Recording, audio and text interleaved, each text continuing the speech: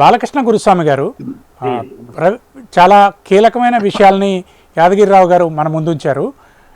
గోవుల్ని మనం సంరక్షించుకోగలిగితే మన జీవనయానం ఎంతో మెరుగవుతుందని చెప్పారు. మీరు అదనంగా ఏమైనా కొన్ని పాయింట్లు చెప్పగలుగుతారా? ప్రభుత్వాలు ఖచ్చితంగా ప్రజల ఆరోగ్యం అనేది చాలా ముఖ్యమైన విషయం. ఏ ప్రభుత్వమైనా కేంద్ర రాష్ట్ర ప్రభుత్వాలు ప్రజల ఆరోగ్యాన్ని దృష్టిలో పెట్టుకొని ఖచ్చితంగా ఈరోజు దరిద్రం ఏంటంటే జెర్సీ ఆవులు కొనడానికి ప్రభుత్వాలు రుణాలు ఇస్తున్నాయి. ఇలాంటి రుణాలను ఖచ్చితంగా ఆపివేయాలి. జెర్సీ సంస్కృతిని విడనాడి దేశీయవాళీ ఆవుల యొక్క అభివృద్ధిని చేసినట్టయితే ప్రభుత్వాలు రైతులకు ప్రోత్సాహకాలు ఇవ్వాలి. ఎవరైతే దేశీవాళీ గో ఆధారిత వ్యవసాయం చేస్తున్నారో, దేశీవాళీ ఉత్పత్తులు చేస్తున్నారో అలాంటి వాటికి ప్రోత్సాహకాలు ఇస్తూ పర్యావరణాన్ని కాపాడుతూ రైతులకు ఆర్థిక స్వేచ్ఛ అంటే ఎవరైతే రైతులు తను పండించిన పంటలపై వారికే అజమాయిషీ ఇస్తూ వారు ఏదైతే రేటు నిర్ణయిస్తారో దాని ప్రకారం దాన్ని పంటలకు విలువ ఇస్తూ వారికి ప్రోత్సాహకాలు అందించాలి. ముఖ్యంగా ఇంకొకటి ఏంటంటే ఆర్టికల్ 48 ప్రకారం 48A ప్రకారం గోవుల అక్రమ రవాణా గాని అదేవిధంగా గోహత్యలపై ప్రభుత్వాలు దృష్టి పెట్టి గో సంతతి అంతరించిపోకుండా నిర్దిష్టమైన ప్రణాళికతో గో జాతిని రక్షించాల్సిన బాధ్యత ప్రభుత్వాలపై ఉంది. అదే విధంగా ప్రభుత్వము ప్రజల్లో ఒక అవేర్నెస్ తీసుకురావాలి. ఆవు మూత్రం, ఆవు పేడ, ఆవు పాలు, అదే పెరుగు, నెయ్యి వల్ల ప్రజలకు కలిగే ఉపయోగాలు తెలియచేస్తూ మళ్ళీ మన దేశీయవాళీ జాతులు అప్పట్లో 300 జాతులు ఉండేవి.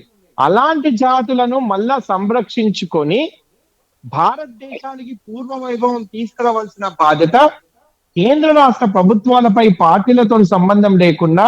ఎందుకంటే ఈ ఆవుకు అనేది ఒక కులం లేదు, ఒక మతం లేదు, ఆవు విశ్వానికి సంబంధించింది. కాబట్టి ఈ ఆవు బాగుంటే ఈ భూమిపై ఉన్న ప్రతి ప్రజలు కూడా బాగుంటారు, ఆరోగ్యంగా ఉంటారు. కాబట్టి ఇలాంటి ఆవులను, ఎద్దులను రక్షించాల్సిన బాధ్యత పూర్తిగా ప్రభుత్వ అధికారులపై అదేవిధంగా బ్యూరోక్రాట్లపై ఉన్నదని చెప్పి దాన్ని అమలు పరిచే విధంగా మీ మీడియా ద్వారా కూడా ప్రభుత్వానికి తెలియజేస్తారని నా విజ్ఞప్తి. చాలా అద్భుతంగా చెప్పారు బాలకృష్ణ గురుస్వామి గారు. చివరగా మన రవీందర్ రెడ్డి గారి దగ్గరికి వెళ్దాం. రవీందర్ రెడ్డి గారు, ప్రస్తుత పరిస్థితుల్లో గోమాత చాలా క్లిష్టమైన పరిస్థితుల్లో ఉంది. ప్రతిరోజు ఎన్నో గోవులు వధకి గురవుతూ ఉన్నాయి.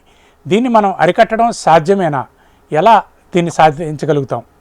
ఒకవైపు మన గో సంరక్షకులు ప్రయత్నిస్తున్నా, అది ప్రభుత్వాలు కృషి చేస్తున్నట్టు కనిపిస్తున్నా నిత్యం జరుగుతూనే ఉంది. దీన్ని కాస్త క్లుప్తంగా వివరించండి. ఖచ్చితంగా అండి.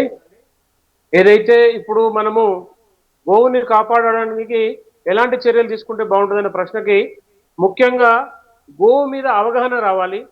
అది చిన్నప్పటి నుంచే పిల్లలకు నేర్పించాలి. అంటే పాఠ్యాంశాల్లో గోవు గురించి ఉండాలండి. ఎందుకంటే కౌ అంటే ఇట్స్ డొమెస్టిక్ ఎనిమల్ అని చెప్తా ఉన్నారు. It's not A domestic Animal అండి, ఇట్స్ ఎ డివైన్ ఎనిమల్. అది మనము ముందుగా చెప్పగలగాలి. తర్వాత కౌ అంటే ఇస్ ఎ సైంటిఫిక్ ఎనిమల్. అంటే దీంట్లో ఈ గోవు గురించి చెప్పాల్సిన విషయం ఏదైతే మనము ఈ సమాజానికి చెప్పట్లేదండి. గతంలో ఋషులు అప్పుడు చెప్పినప్పుడు ఒక 50 సంవత్సరాల కింద చూసుకుంటే ఆవు గురించి ప్రతి ఇంట్లో చర్చ జరిగేది. కానీ ఇవాళ 40-50 ఏళ్ళ నుంచి చూసుకుంటే ఆవు అంతరించిపోతుంటే ఆవు బొమ్మలు వస్తున్నాయండి. మీరు చూడండి, ఇప్పుడు ఆవు బొమ్మలన్నీ కూడా కనపడుతున్నాయి. మంచి మంచి బొమ్మలు చేస్తూ ఉన్నారు.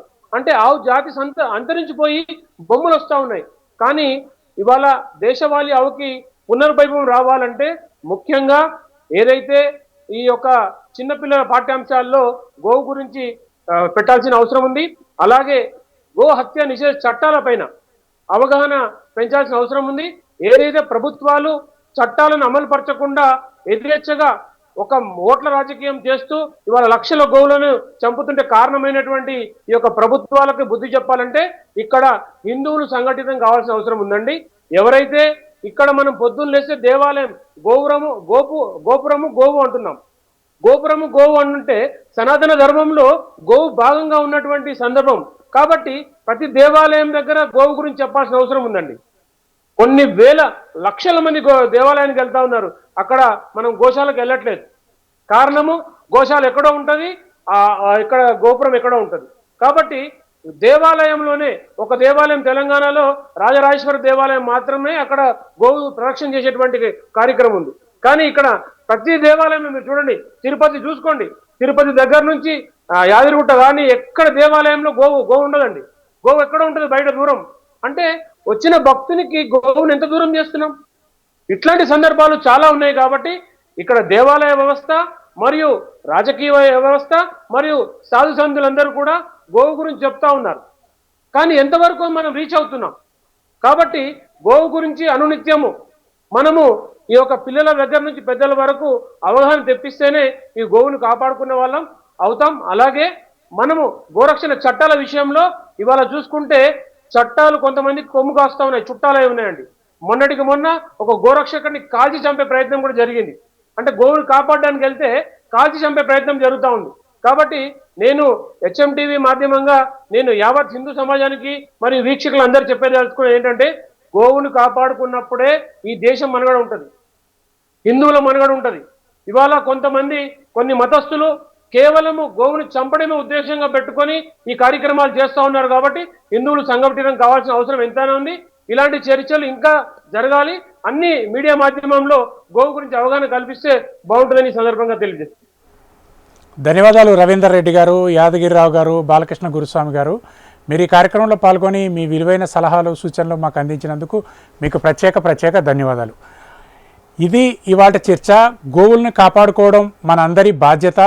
గోమాత విశ్వమాత, గోవు మన జాతి సంపద. ప్రతి ఇంట్లో గోవుని పెంచుకుందామని నినాదాలు రావాలి.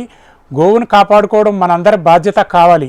అప్పుడే మన భారతదేశం పరిడి వెళుతుంది.